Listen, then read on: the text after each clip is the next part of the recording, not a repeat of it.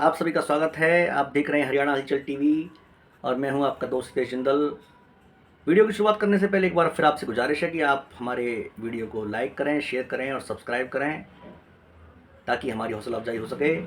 और देखिए दोस्तों, भारतीय जनता पार्टी की लिस्ट आ चुकी है दूसरी, और इसमें 21 उम्मीदवारों के नामों की घोषणा बीजेपी ने की है, लेकिन अभी भी पेच फंसा हुआ है। 3 उम्मीदवार अभी भी रह गए हैं और बहुत ही हॉट सीट है वो 3 सीट, और हम बताएंगे आपको किसने उस पर पेच फंसाया हुआ है।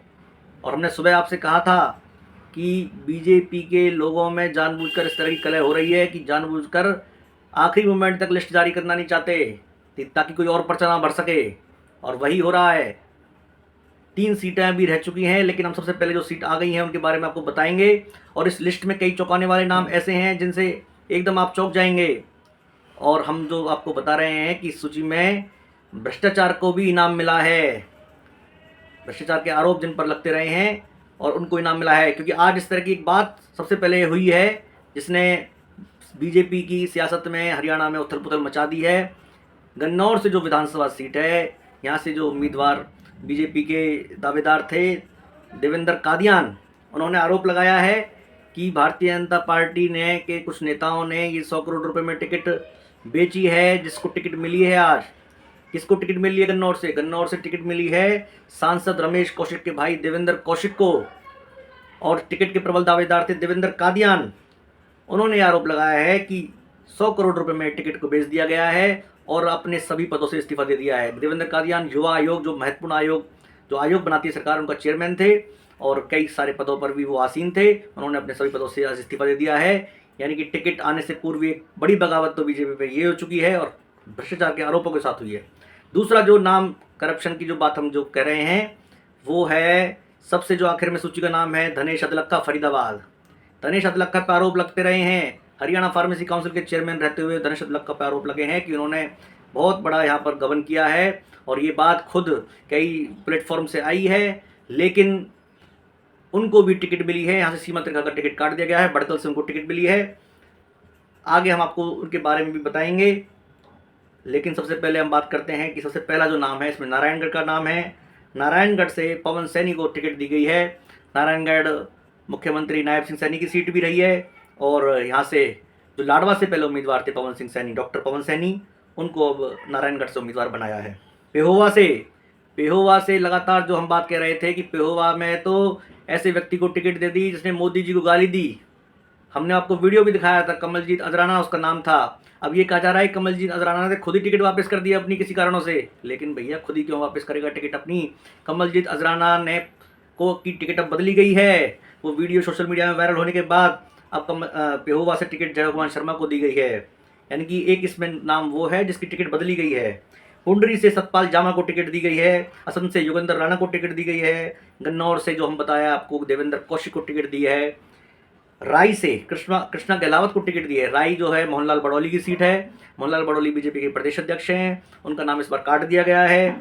बड़ौदा से प्रदीप सांगवान को टिकट दी है। यहाँ से योगेश्वर दत्त लगातार टिकट मांग रहे थे, और एक तरह से योगेश्वर दत्त का नाम अब बिल्कुल काट दिया गया है सूची में से। जो पहलवान योगेश्वर दत्त हैं, भारतीय जनता पार्टी के टिकट पर 2 बार चुनाव लड़े लेकिन हार चुके हैं। और बड़ौदा से लगातार योगेश्वर दत्त कह रहे थे कि वो चुनाव लड़ेंगे, लेकिन प्रदीप सांगवान, जो कि भाजपा के राष्ट्रीय उपाध्यक्ष और पूर्व जो है बीजेपी के जो पुराने नेता थे किशन सिंह सांगवान, उनके परिवार में से हैं।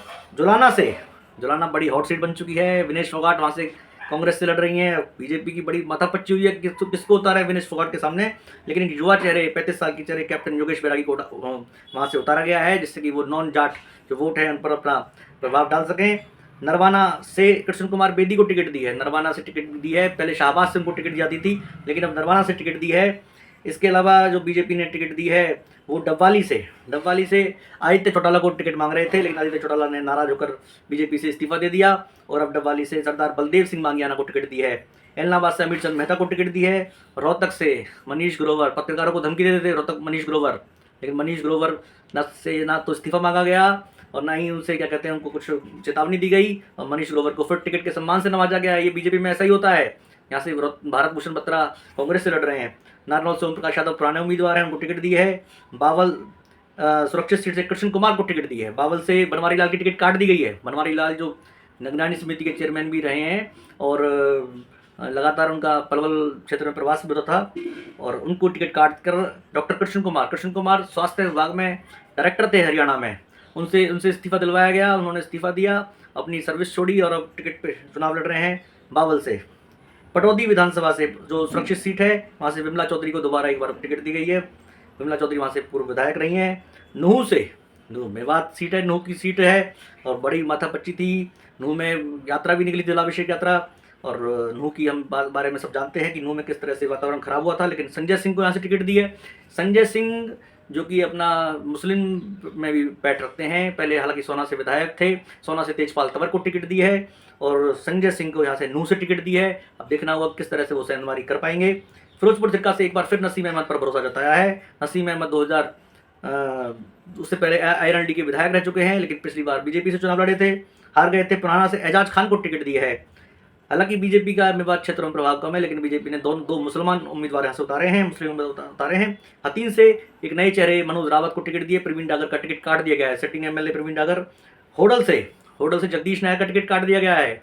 जगदीश नायर ने भी धमकी दी है। जगदीश नायर ने खुलेआम अभी कहा था कि भाई ऐसी चर्चा चल रही है कि टिकट जो कटने वाली है कार्यकर्ताओं का उत्साह कम है, लेकिन जगदीश नायर भी बगावत कर सकते हैं। यहाँ से हरिंदर सिंह रामरतन जो पूर्व विधायक रहे, उनके लड़के को टिकट दी गई है।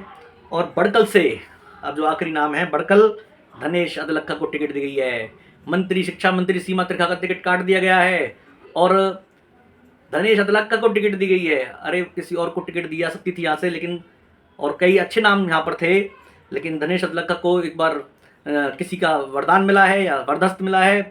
सुनने में ये आ रहा है कि बीजेपी के जो यहाँ से सांसद हैं उनका भी उस पर हाथ है और मनोज लाल खट्टर साहब का भी हाथ है, क्योंकि धनेश अदलक्का के बारे में सभी लोग जो चर्चा चल रही थी कि धनेश अदलक्का ने के ऊपर कई तरह के आरोप लगे हैं करप्शन के, लेकिन उनको क्लीन चिट उन्होंने अपना आप ले ली उस चीज़ की, और एक तरह से पार्टी के संगठन ने भी क्लीन चिट उनको दे दी, तो उन पर कोई कार्रवाई नहीं हुई। और फार्मेसी काउंसिल में बहुत सारे, तो आज भी कितनी सारी चीज़ें जो है वो खराब हुई पड़ी हैं, कितने सारे लोगों के रजिस्ट्रेशन रुके हुए हैं, ये सब उनकी कार्यकाल की बात है और वो एक अलग मैटर है। लेकिन धनेश अदलक्का को यहाँ से टिकट दे दी गई है। और 3 सीट जो रह चुकी हैं, अभी भी जो 3 सीटों पर पेच फंस गया है वो है 3 सीट महेंद्रगढ़ सीट।